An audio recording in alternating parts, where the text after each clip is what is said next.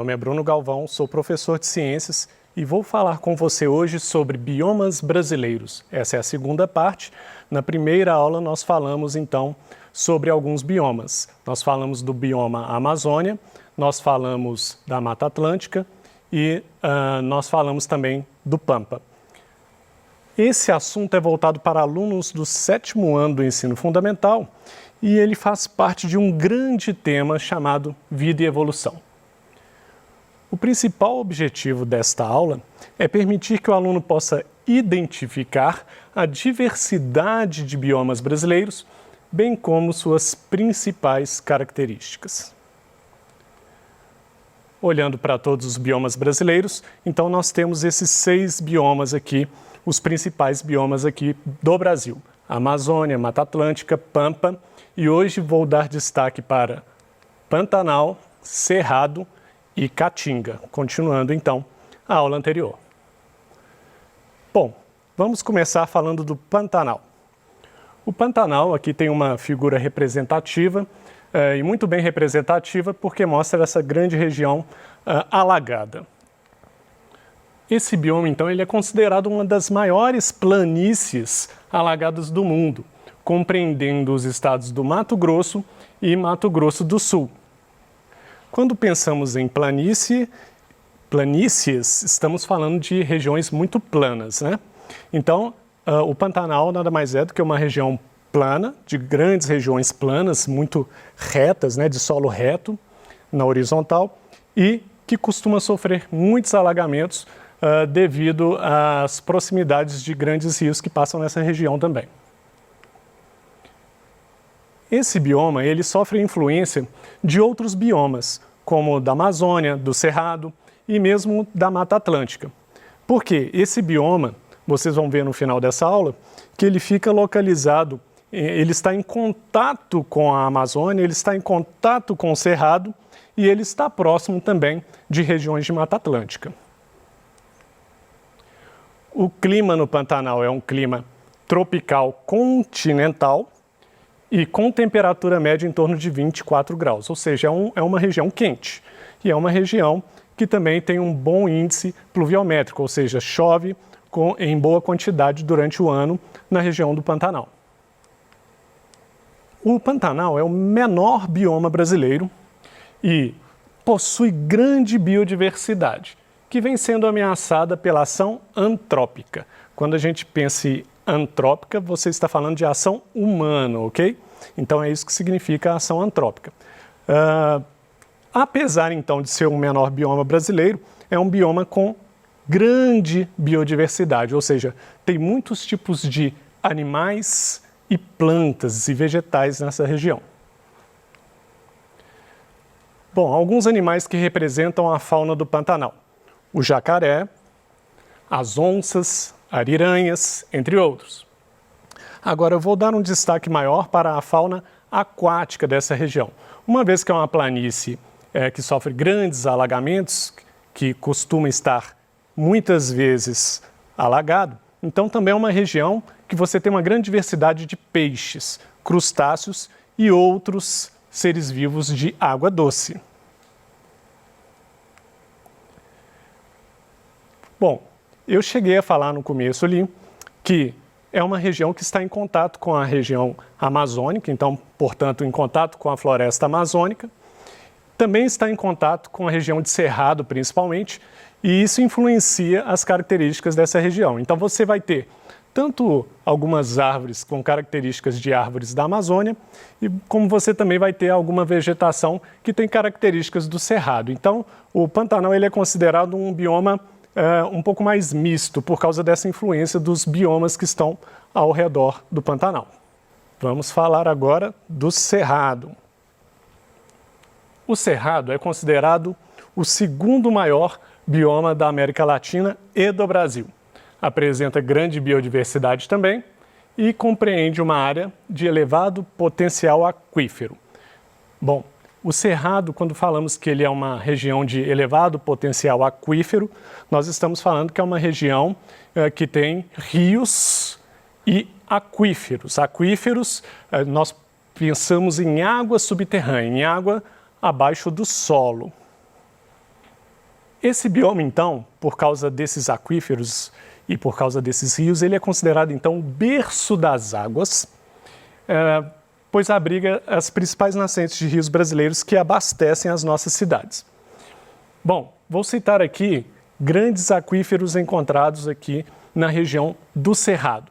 O famoso aquífero Guarani, que é um aquífero gigantesco, é um aquífero, como eu disse, é uma água subterrânea que tem uma região muito grande, que ocupa um espaço muito grande e abastece grandes cidades do Brasil. E também o aquífero Bambuí, outro aquífero famoso também, lembrando aqui que estou me referindo a duas regiões que contêm água subterrânea. O clima do Cerrado é um clima tropical sazonal. Qual é a ideia de sazonal? Ele tem duas estações bem definidas. Ele vai ter invernos secos, então ele tem um período do ano que é mais seco, e ele vai ter os verões chuvosos. A temperatura média vai ser de 22 graus centígrados, 22 graus Celsius, e isso vai variar, obviamente, de acordo com uma dessas estações aí do ano, que são bem definidas, né? Mais próximo do inverno, mais frio, e quando chega o verão você tem um calor, uma temperatura mais elevada. Os solos do Cerrado, eles são solos profundos, e eles são caracterizados por uma grande drenagem de água. Drenagem, quando a gente pensa em drenagem, a gente pensa que a água tem grande capacidade de atravessar esse solo, porque são solos bastante porosos e permeáveis à água. Isso favorece um evento biológico que nós chamamos de lixiviação, que nada mais é do que essa água, ao infiltrar no solo, carregar sais minerais e nutrientes para regiões mais profundas do solo. Isso é um processo erosivo também. Bom, apesar disso, é uma região que possui grande diversidade biológica. Os principais representantes da fauna são tucano, tamanduá-bandeira, lobo-guará, super famoso, onça parda, veado campeiro e vários outros animais. Bom, repare que os ecossistemas, os biomas brasileiros, todos têm grande biodiversidade. O que nós temos que pensar aqui é que são animais diferentes em regiões diferentes que estão relacionados ao tipo de vida que eles podem levar naquela região. Por exemplo, na Amazônia, você tem uma região que é muito quente, muito úmida. Então, certos tipos de animais estão bem adaptados para viver na Amazônia. Grande disponibilidade de alimento, etc. O Cerrado, você já tem uma região com um clima mais ameno, comparando com o da Amazônia. Você não vai ter o mesmo tipo de vegetação, você vai ter uma vegetação mais baixa, não vai ter árvores de tão grande porte quanto na Amazônia, e aí animais que estão adaptados a este ambiente vão viver ali. Em relação à flora, então, quando eu falei de fauna, eu estava falando de animais. Quando eu digo flora, estou falando de plantas. Então, existem muitas espécies que são usadas para fins medicinais no Cerrado, isso mesmo. O Cerrado, então, ele possui, por exemplo, barbatimão, jatobá, angico, ipê, cagaita, entre outras plantas, e dessas plantas, muitas delas são usadas para fins medicinais. Bom, essa foi a ideia, então, sobre o Cerrado. Então, nós vimos aqui que o Pantanal é uma planície alagada, em grande parte alagada.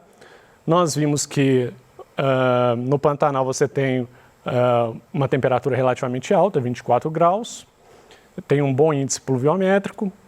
Aí nós vimos que o Cerrado ele tem uma temperatura mais amena quando comparado com o Pantanal, mas que também possui grande diversidade. E nós vimos aqui agora no final que a flora da região de Cerrado é uma flora muito utilizada para fins medicinais.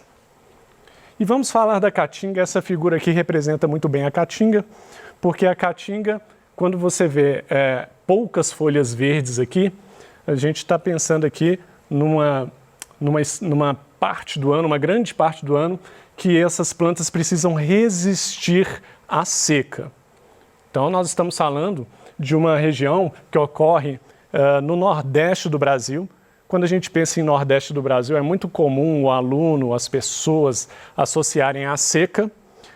Não é verdade que seja o Nordeste inteiro, mas nesse caso aqui, o clima lá é semiárido, ou seja, quase seco, né? Árido significa seco, e compreende cerca de 11% do território brasileiro. Esse clima semiárido define as principais características desse bioma. Os solos não são muito férteis, pelo contrário, eles são pouco férteis. Geralmente, ricos em minerais. Ok, então, como é que o solo ele pode ser pouco fértil se ele é rico em minerais? Ele pode ser rico em minerais, mas ele tem pouca matéria orgânica. E a planta precisa tanto de minerais quanto de matéria orgânica e também de água para a planta se desenvolver bem.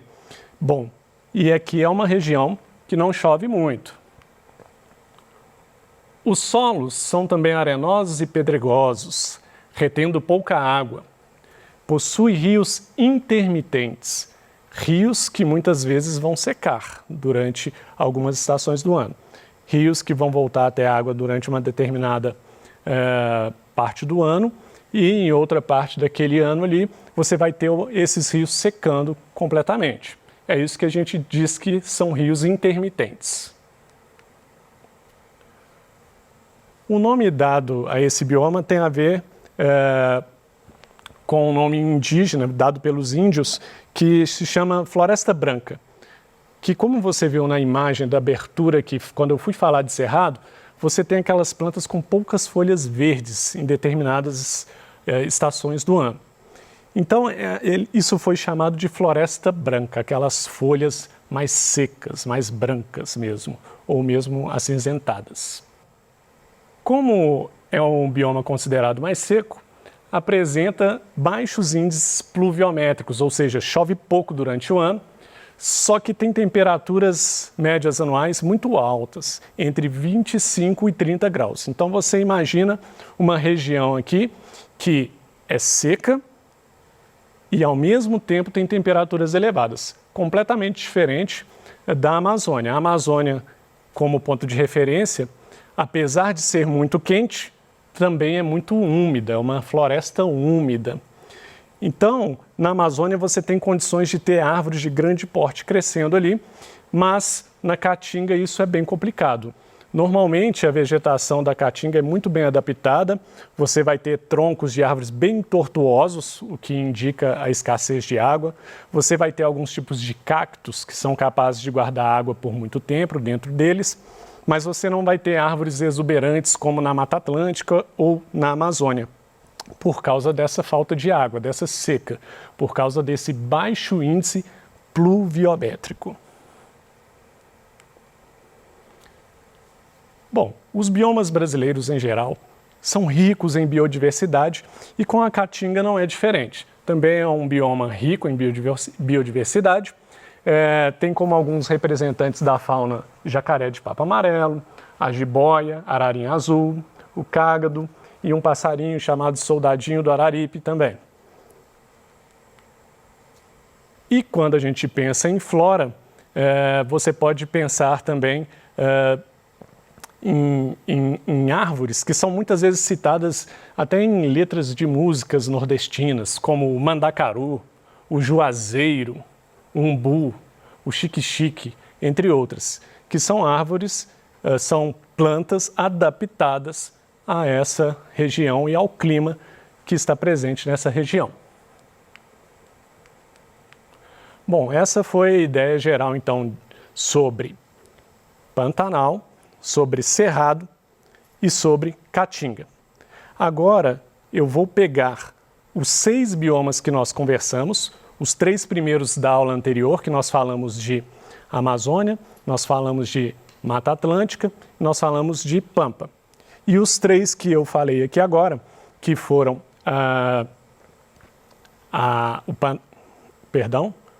hoje que não falando Pantanal, né? Eu acho que eu falei certinho. Pantanal hoje, Cerrado e Caatinga. Vamos olhar todos aqui.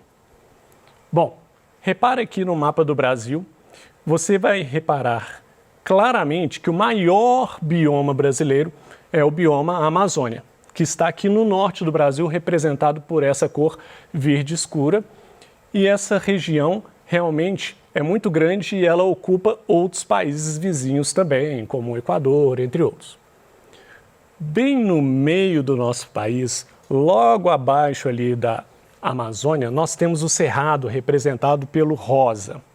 Esse cerrado também tem uma grande extensão, trata-se de uma região muito grande, muito representativa e muito biodiversa. Então nós temos a Amazônia, que sem dúvida é a floresta tropical mais biodiversa do mundo, ou seja, com maior número de animais diferentes, plantas diferentes. Nós temos em segundo lugar aqui, em termos de tamanho, o Cerrado no Brasil. E nós temos, vamos olhar agora para a Caatinga, que está aqui representado de cinza no nordeste do Brasil.